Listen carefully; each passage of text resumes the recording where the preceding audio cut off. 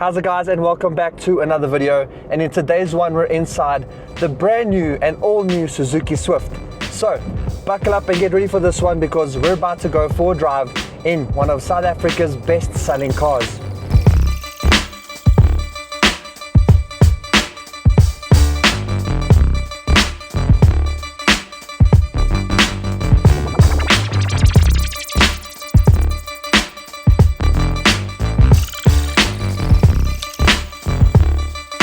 Okay, so I did start off by saying this is one of the best selling cars in South Africa. Now hopefully by the end of the video we can see why. Well, to start off with, there's pricing. So to have a good selling car, you need to have some good pricing because people can't afford expensive things these days. So now the good thing about the new Swift is that it starts off from 219,000 Rand. 219,000 Rand, it's essentially 220,000. So pricing basically goes up in around 20,000 Rand intervals. I'll show it all on screen now with the different trim levels you can get.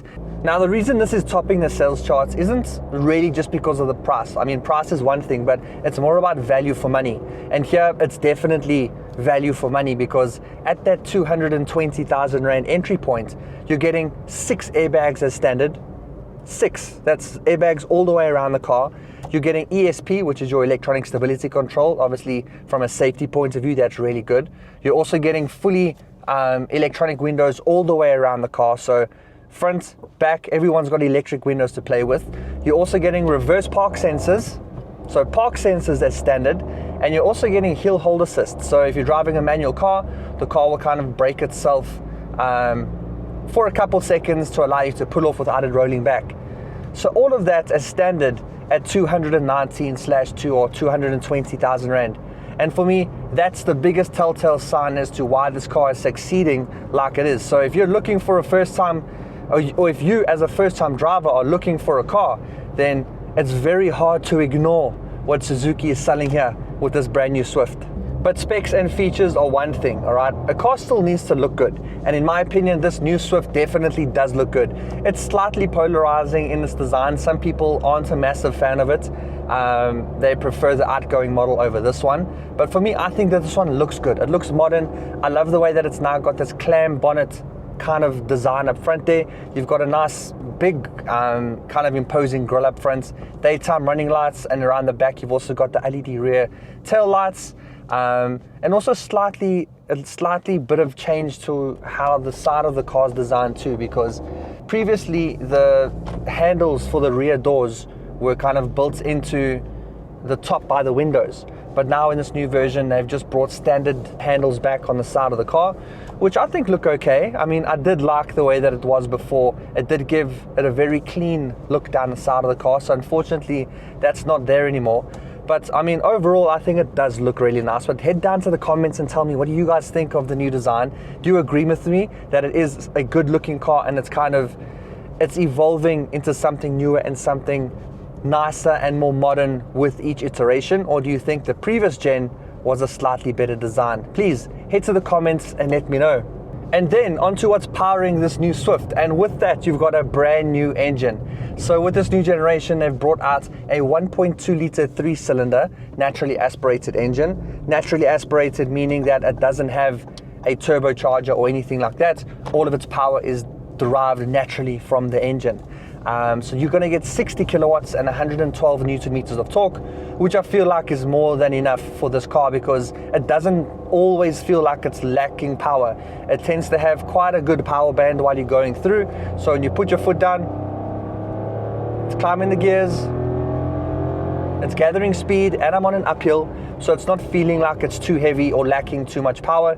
But you do kind of need to manage it. So if you do get a manual, you'll always be in control of that power and when you need it. So if you're lacking, drop a gear, drop another gear, and you always find that you've got the power when you need it. No matter really where you are in the rev range. I think that that's pretty good. Now, this also does come in a CVT gearbox, which is their automatic, which I feel is way better than the outgoing one, which is like a 4-speed, I think it was a manual automatic transmission. And I was never really a fan of that because you can always feel the car changing gears on its own.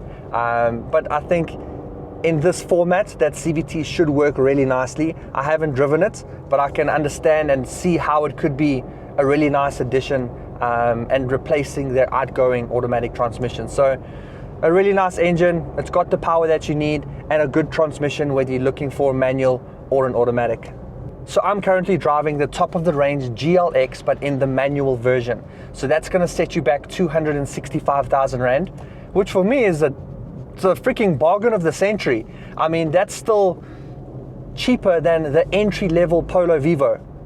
Polo Vivo starts from around 272. This top spec in a manual is coming in at 265, and you're getting everything more than what a Vivo has. I don't know how they aren't selling more of these cars. I mean, technically, there shouldn't be any Vivo sales while this thing is out, because you're also getting a better warranty, you're getting a better service plan. So yeah, I mean, this is technically a bit of a no-brainer. But anyway, to talk about what I'm getting inside this top spec GLX, that's going to include a 9-inch infotainment with wireless CarPlay, Android Auto, you've got a reverse camera and the park sensors. So you're getting a whole bunch of really cool stuff inside of this entry-level car. In front of the driver, you are also getting a little digital sensor display that has got some color built into it. So it's not just a standard black and white screen. I just don't know if someone's turning here because they've put me off now. They are turning. Cool. So in front of the driver, you've got that nice little color display. You've also got a leather-wrapped steering wheel. A full leather-wrapped steering wheel, which is what Suzuki tends to put in a lot of their entry-level cars. Because it's the only part of the car that you feel and touch that you putting the input in, so it needs to feel good. And I love that they've still got it in a Swift. It just only comes in the GLX or the top of the range version. I'm also getting an automatic climate control down here, so it's not just the hot and cold and fan. It's also got the auto function, so it will heat up and cool up depending on the temperatures inside you, which is really, really nice. So lots of cool stuff happening inside you. I've got cruise control, I've got steering wheel mounted buttons. So I'm really finding it hard to understand why they aren't selling even more of these cars. If I look down to the right of the steering wheel, I'm also getting push button start. And the reason I've got push button start is because I've got keyless entry. So I'm getting a little square little key fob that isn't a normal key that you put in and turn. So you've got, when you get in the car or out of the car, you press the button on the door handle and it'll lock. You've got power folding mirrors, and you've got some really nice looking wheels that also come standard on this version. They're like the two-tone color. Oh, I'm out of breath going through all of these features, but I'm flabbergasted by the fact that you're getting all of that for 265,000 Rand. If you are wanting to get the automatic version, then you are going to add 20,000 on top, and that'll then set you back 285 for the top spec GLX with a CVT transmission. Okay, and then I'd like to thank Naked Insurance for sponsoring this video. Now, Naked Insurance has a website and an app where you can go and get insurance quotes on your vehicle and get them done in under 90 seconds. Literally, you can go and do that, and I challenge you to. Go check out the link down in this video's description. So go try it out, go and get a quote from them, and I promise you'll be able to do it in under 90 seconds. And that's what I did, because my BMW E36 is actually insured by Naked Insurance. But the main reason I also went with Naked Insurance is because they've got a really cool feature called cover pause.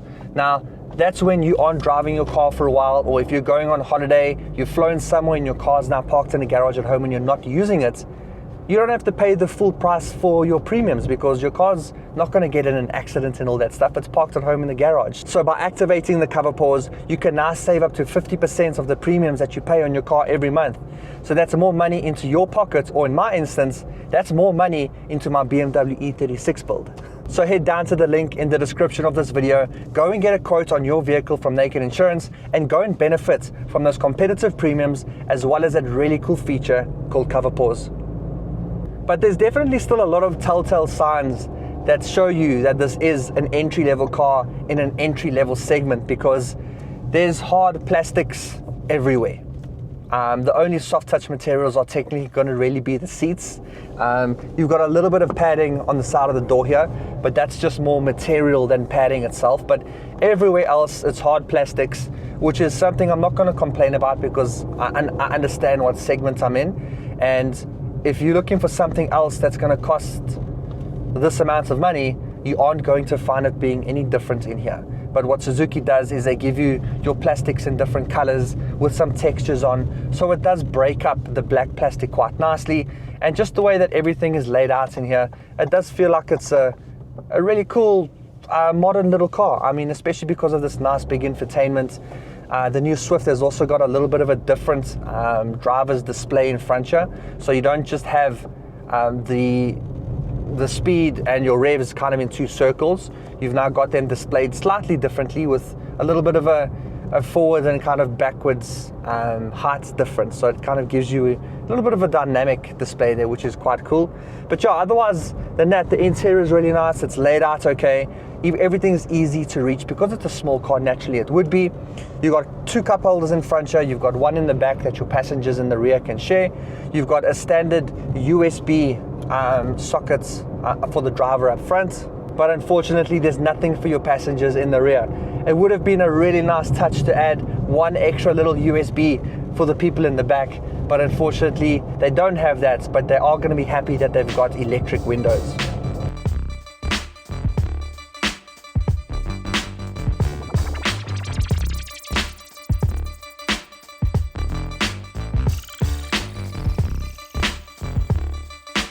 Okay, and then onto the verdict in the form of the GDR test. Should you get it, drive it, or remove it from the list of cars that you're looking at? So this is an easy one. Go ahead and get it.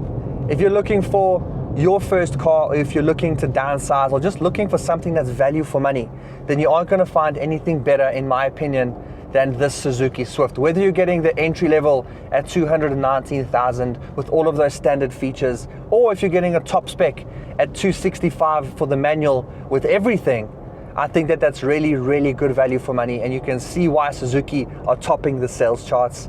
I can't complain about the way it drives. I can't really complain about the performance. It's a good handling car. It's very comfortable. These seats are nice. You've got a really nice interior and a really cool exterior design, in my opinion.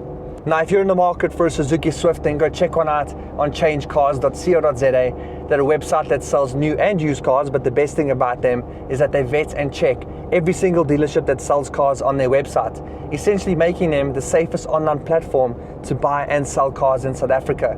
Now, the great thing about their website is you can go and watch car reviews, you can read articles, you can do financial things, and you can bring them quotes from dealerships that aren't on Change Cars. And not only will they match the quotes, but they'll beat it too. So go check out changecars.co.za. They're also a proud partner of Greg Dennis Reviews. So thanks so much for watching. I definitely recommend that you guys go and get this if you are looking for one. And if you enjoyed this video, then please will you drop a like below. And if you want to see more videos like this and other car related content, then please subscribe. And until then, I'll see you in the next one. Cheers.